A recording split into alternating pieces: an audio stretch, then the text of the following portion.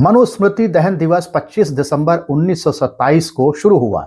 सीमंतनी उपदेश के प्रकाशन के 45 साल के बाद 25 दिसंबर 1927 को महाड़ सत्याग्रह के मौके पर डॉक्टर अंबेडकर के एक ब्राह्मण सहयोगी गंगाधर नीलकंठ सहस्त्रबुद्धे द्वारा मनुस्मृति को जलाने का प्रस्ताव पेश किया गया और एक अछूत नेता पी.एन. राजा भोज ने इसका समर्थन किया।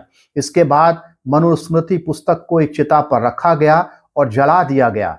अंबेडकर के ब्राह्मण सहयोगी गंगाधर नीलकंठ सहस्त्रबुद्धे और 5-6 अन्य दलित साधुओं ने यह काम किया। कार्यक्रम के पंडाल में रखी गई एकमात्र तस्वीर मोहनदास करमचंद गांधी की थी। इसका अर्थ यह लगाया गया कि उस समय तक डॉक्टर अंबेडकर सहित दलित नेतृत्व का गांधी से मोहभंग नहीं हुआ था।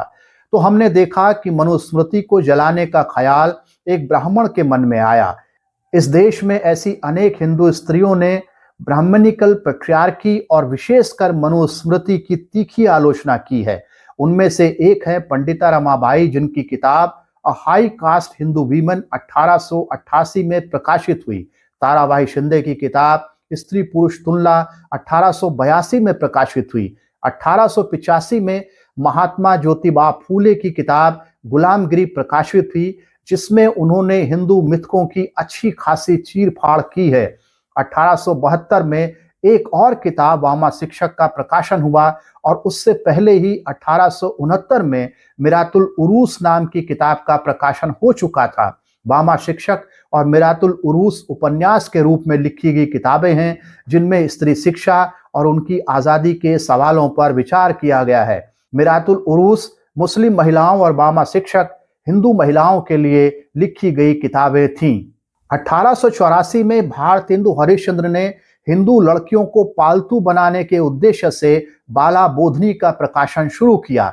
सीमंतनी उपदेश के लेखिका हिंदू धर्म का भला चाहने वाले सभी लोगों का आह्वान कर रही है और लिख रही है कि अगर कोर्ट हिंदुस्तान को नेक राह पर लाना चाहते हो तो पहले उन किताबों को आग में फूंक दो जिनमें स्त्रियों के वास्ते इस धर्म की यानी पतिव्रता धर्म की हिदायत है और मर्दों के वास्ते कुछ नहीं है। अनकोट। इस किताब में औरतों के जीवन से जुड़े विभिन्न पक्षों पर विमर्श मिलेगा। लेखिका ने वह विचार तलाक, बाल विवाह, विधवा विवाह, घरेलू हिंसा, स्त्री मुक्ति, आर्थिक निर्भरता, मनु और तुलसीदास जैसे लोगों के मतलबी विचारों, कपड़ों, गहनों आदि अनेक मुद्दों को इस किताब में समेटा है। सीमंतनी का अर्थ होता है नारी, स्त्री, औरत। सीमंतनी उपदेश के दो अर्थ लगाए जा सकते हैं। एक तो यह कि स्त्रियों को उपदेश और दूसरा स्त्री का उपदेश। आप दोनों में से कोई भी अर्थ लें, लेकिन दोनों ही अर्थों में यह किताब ब्राह्मणिकल पैट्रियार्की यानी ब्राह्मणवादी पितृसत्ता से कठोरता के साथ टकराती है। इस किताब में आपको ब्राह्मणिकल पैट्रियार्की के चूरे बिखरे मिलेंगे, क्योंकि सीमंतनी उपदेश ने ब्राह्मणिकल पैट्रियार्की की चट्टानों पर कस कस कर चोट की है। आप पाएंगे कि इस किताब में आपको अनेक जगह पर मनु पिटकर घायल पड़ा दिखेगा। जैसे मनुस्मृति के अनुसार संसार में 10 दोष हैं और ब्रह्मा ने वो सारे दोष स्त्रियों के लिए बनाए हैं।